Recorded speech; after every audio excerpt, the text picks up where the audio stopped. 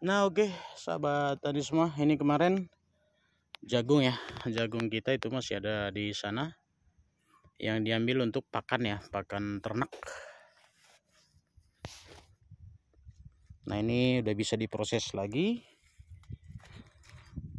jadi tidak harus menunggu waktu yang lama. Ini kemarin umurnya 3,5 bulan ya, tetapi kalau untuk di daerah kita karena dataran tinggi 1256 meter di atas permukaan laut, untuk tanaman jagung biasanya 5 bulan sampai 6 bulan ya baru bisa panen, apalagi kita pakai pioner ya. Jadi ini kemarin karena kebetulan langganan yang dulu untuk membeli batang jagung sebagai pakan ternak, ini kebetulan mereka butuh sekali dan ditawar dengan harga yang lumayan menurut kita, jadi kita babat saja. Jadi ini udah mereka semua yang ngambil, tetapi masih yang disisakan hanya batangnya seperti ini ya, akarnya ya seperti ini. Nah sebenarnya kalau untuk tanah kita sih agak rugi ya, karena sisa dari batang jagung ini juga diambil sama mereka ya. Jadi tidak ada tersisa, semuanya diambil, hanya tinggal bonggolnya aja seperti ini. Ini sebenarnya merugikan buat tanah kita karena tidak ada bahan organik yang diproses lagi untuk pupuk ya secara alami. Tetapi kemarin karena mereka juga butuh dan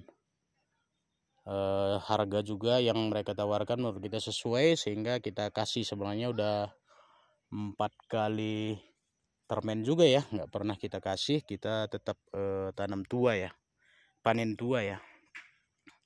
Nah tapi keuntungannya salah satu antara lain untuk masa tanamnya bisa lebih cepat lagi, karena biasanya kita harus nunggu sampai dengan 6 bulan ya, tetapi ini hanya 3,5 bulan kita sudah bisa tanam lagi.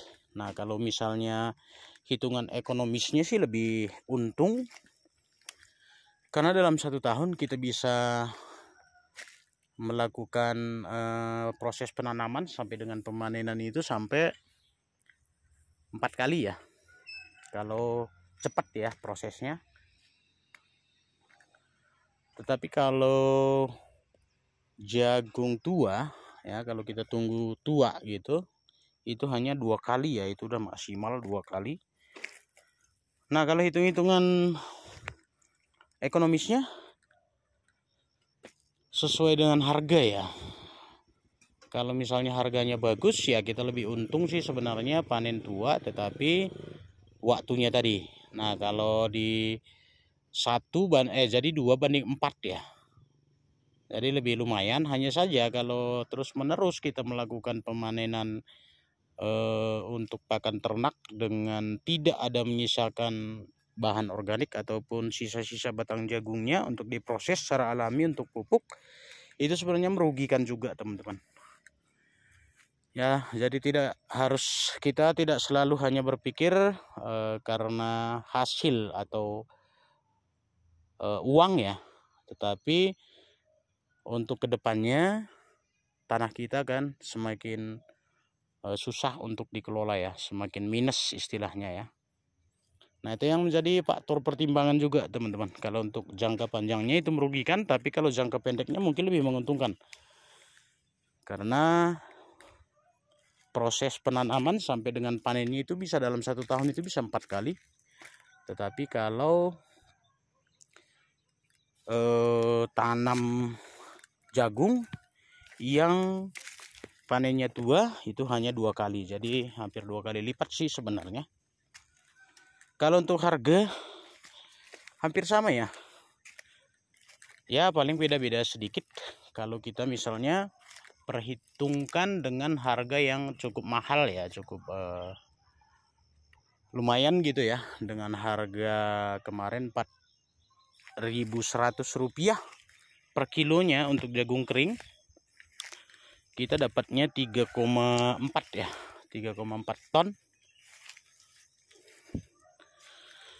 Tetapi kalau untuk ini kita hitung kemarin kalau yang 4,3 ton itu dapatnya hasilnya sekitar 9 jutaan ya kita terima bersih setelah dipotong biaya panen dan tenaga semuanya.